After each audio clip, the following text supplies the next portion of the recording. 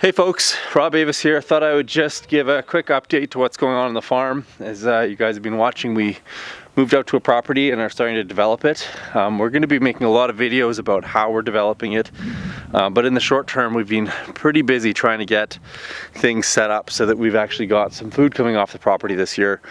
So we started off with this dirt patch right here, and we laid out our beds on Keyline, and basically what that means, I'm just going to get a wide angle here, is that we figured out where contour was, and then we kind of averaged contour so that straight beds would mostly still harvest water. We wanted straight 30-inch beds, and once we figured out how our beds were going to be run, we dug paths and filled them up with mulch. And actually, I can't take any of the credit for this. Michelle and Annette did all the work. I was in Calgary teaching the permaculture design course, and so you'll see we've got cabbage there, carrots, we've got peas. We put in 3 rows of potatoes. Totally not enough or big enough of a garden. You'll see that we've got a much bigger project underway here in a second. We've got a few more pathways to dig. We're going to try and do that tonight before the sun goes down, and then we'll get these final beds all set up and planted. The mulch came from a whole bunch of trees that we just cut down in order to really get serious about our zone 1, which I'm going to show you here in a second. And so that's been a really nice thing. We rented a mulcher, and I learned a really hard lesson. We actually pushed all the trees over with an excavator, which was great. Highly recommend it. It's worth the $160 an hour to do that, because out here we got a lot of poplar, and some of the logs that we pushed over were rotten. And you know, I'm not gonna lie, I'm not a super experienced chainsaw operator, so you gotta be really careful when you're cutting these trees down, you don't kill yourself. And I didn't wait 10 years to get a property just to turn around and injure myself. And so I have been practicing my chainsaw skills. I've got all the PPE, and I'm sure that those skills will improve as time goes on. This old baby here has been really useful. It's an old John Deere 3010. It's from the 1960s, and will probably last longer than me. The thing is a beast. Not sure that it's the ultimate tractor for this farm, so we may end up selling it down the road. Not sure. We'll just have to see how that goes, but for right now it's doing a great job.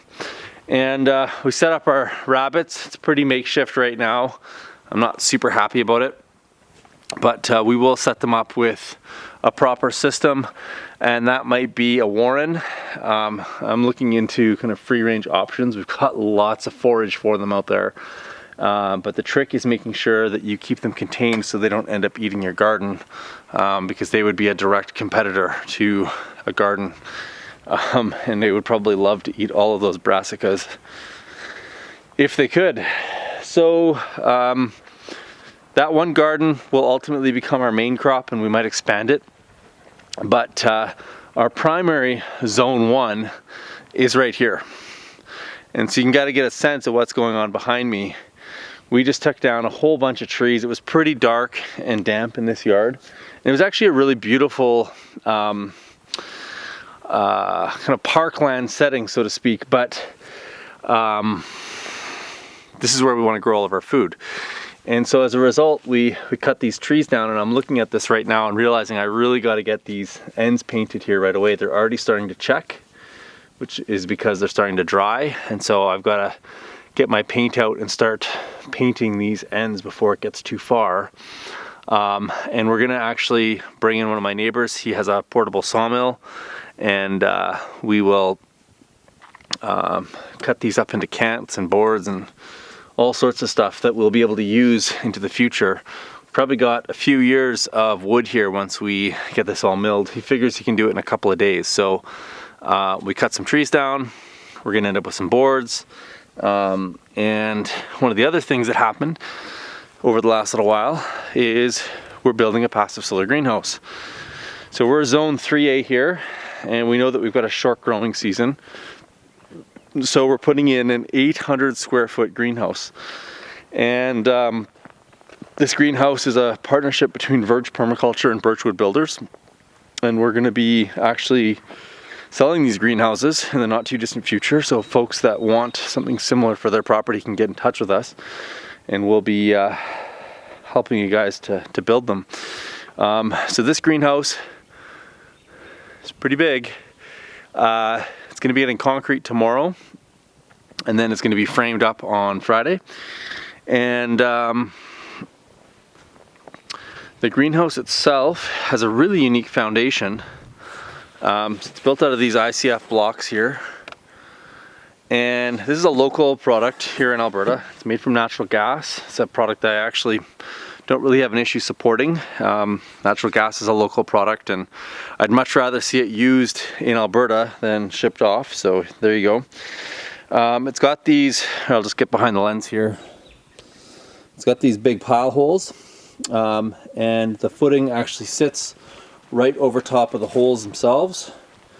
And so the reason that it's got these really big deep piles, they're 10 feet deep, is because the greenhouse itself is not going to have a concrete floor in the basement, in the bottom.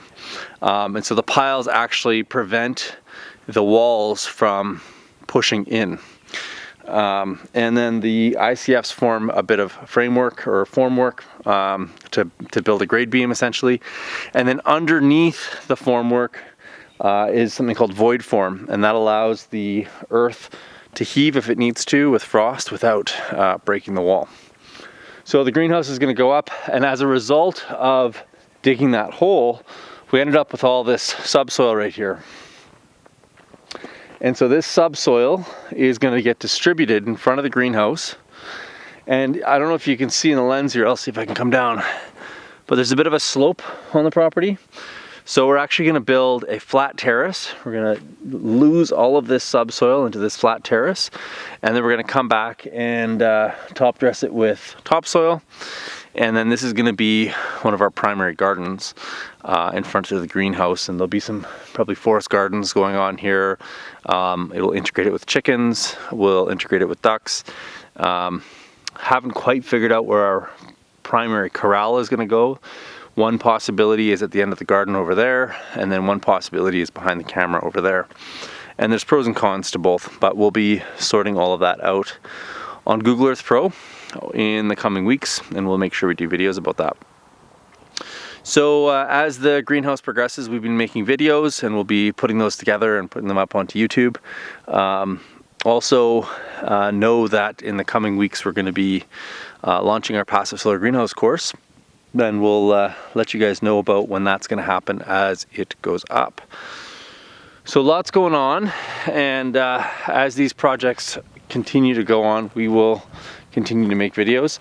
You're welcome to leave comments in the show notes, or sorry, in the comment section below. And if you want to be notified when those greenhouses go up for sale, make sure you're on our newsletter. And if you're interested in the passive solar greenhouse course down the road, just be on our newsletter and we'll let you guys know when it goes live. In the meantime, have a great evening, guys, and we'll talk to you guys real soon.